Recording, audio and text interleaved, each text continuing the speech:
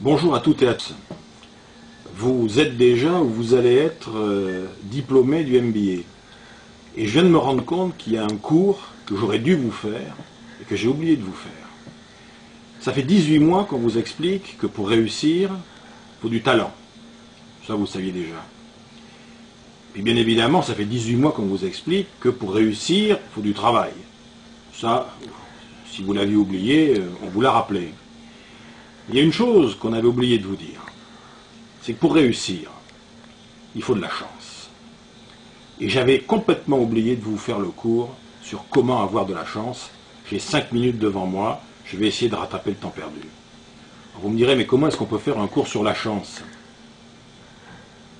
Il y a des gens qui vous disent, la chance, c'est le hasard. On est tombé là au bon moment. D'autres vont vous dire, bah non, il y en a qui l'ont, il y en a qui l'ont pas, c'est la bonne étoile. Mais moi, ce que je vais vous dire, c'est que par expérience, après pas mal d'années passées dans le management et dans la formation des managers, la chance, premièrement, c'est une compétence, et deuxièmement, c'est une compétence qui se travaille.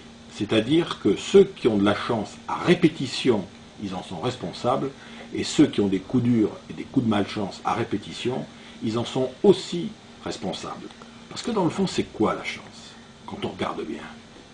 Les gens qui ont de la chance autour de vous, et si vous, vous en avez de la chance, ça veut dire que vous avez une capacité à créer autour de vous un environnement favorable. Coluche, qui était un grand spécialiste du management, aurait pu nous dire, avoir de la chance, c'est avoir la capacité à gagner les concours de circonstances.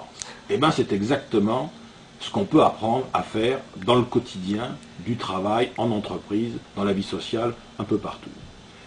Mais ça peut aller plus loin. Avoir de la chance, dans le fond, c'est activer la boîte à opportunités. Faire en sorte qu'à travers ce que je fais, les décisions que je prends, les contacts que j'ai avec les autres, je vais déclencher l'apparition d'opportunités. Alors c'est quoi une opportunité? Vous vous en souvenez peut-être, on en avait sûrement parlé dans le cadre du cours ou dans nos conversations à la machine à café.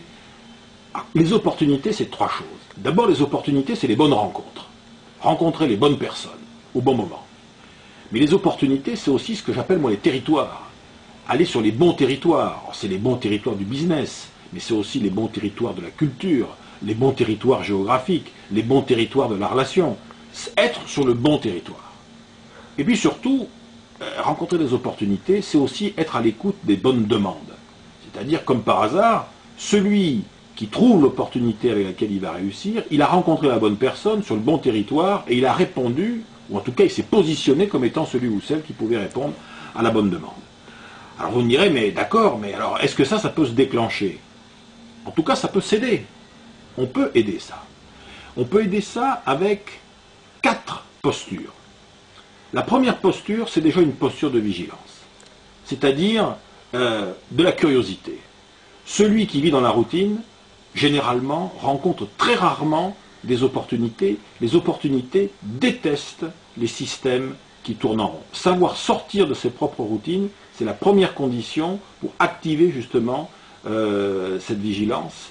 Et ça prépare l'esprit. Je crois que c'est Pasteur qui disait la chance ne favorise généralement que les esprits préparés. Se tenir vigilant par rapport à ce qui se passe autour. La deuxième idée, on en a beaucoup parlé ensemble en cours, et vous en avez parlé avec d'autres de nos collègues, c'est la magie du réseau. Être en interaction avec les autres et se constituer un réseau. Mais se constituer un réseau, c'est pas uniquement se constituer un carnet d'adresses. C'est pas uniquement demander des services et rendre des services. Se constituer un réseau, se créer des conditions pour l'opportunité, c'est devenir celui ou celle qui met les autres en relation.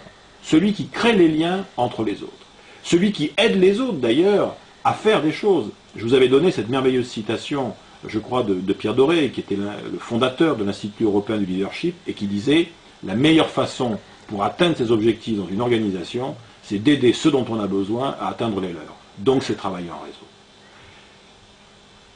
Le troisième secret de la chance, c'est justement d'être conscient que la chance, elle ne marche pas toujours. Et qu'il y a des fois où il y a des revers. On a des coups de malchance, mais tout le monde a eu des coups de malchance. Vous prenez toutes les grandes réussites du monde des affaires, les grandes réussites dans l'histoire, les grandes réussites dans les médias, dans le spectacle, dans le showbiz, les grandes réussites sont jalonnées de problèmes, de difficultés, de revers d'échecs. Simplement, qu'est-ce qui s'est passé? Les gens qui ont vécu ces choses-là, ils ont utilisé leur échec comme une matière première. Ils en ont fait quelque chose. Ils ont utilisé leur échec et ils l'ont transformé en projet. C'est devenu la matière première pour rebondir sur autre chose. Ce qui fait dire d'ailleurs que la chance, la vraie chance, c'est pas ce qui vous arrive. C'est ce que vous allez faire avec ce qui va vous arriver. Ce qui n'est pas tout à fait la même chose. Et donc, le quatrième secret de la chance, c'est l'anticipation. L'anticipation, en ce sens que il faut toujours avoir un projet d'avance. Comme par hasard, les chanceux, ils ont déjà dans la tête, quelque part, parce qu'ils en parlent avec les autres, le projet qui, comme par hasard, va être le projet qui, entendu par les uns ou par les autres, récupéré par les uns ou par les autres, va leur créer, demain matin, après-demain, la semaine prochaine, le mois prochain, va leur créer l'opportunité. Voilà, moi, ce que je pouvais vous dire, c'était cette dernière leçon. Avoir de la chance, c'est un élément déterminant dans la réussite, ça s'apprend, on peut s'entraîner, ça passe par une nouvelle façon de percevoir la réalité, de gérer ses priorités de vie et de décision, et aussi ses relations aux autres. Et en n'oubliant surtout jamais que dans le fond, puisque tout est affaire d'opportunité, il faut savoir être de temps en temps un peu égoïste, et se dire que la meilleure façon, et c'est vrai pour tout, de rencontrer des opportunités dans la vie, c'est déjà d'en être une soi-même.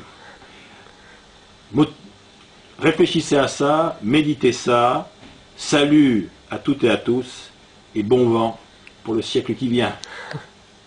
Merci beaucoup.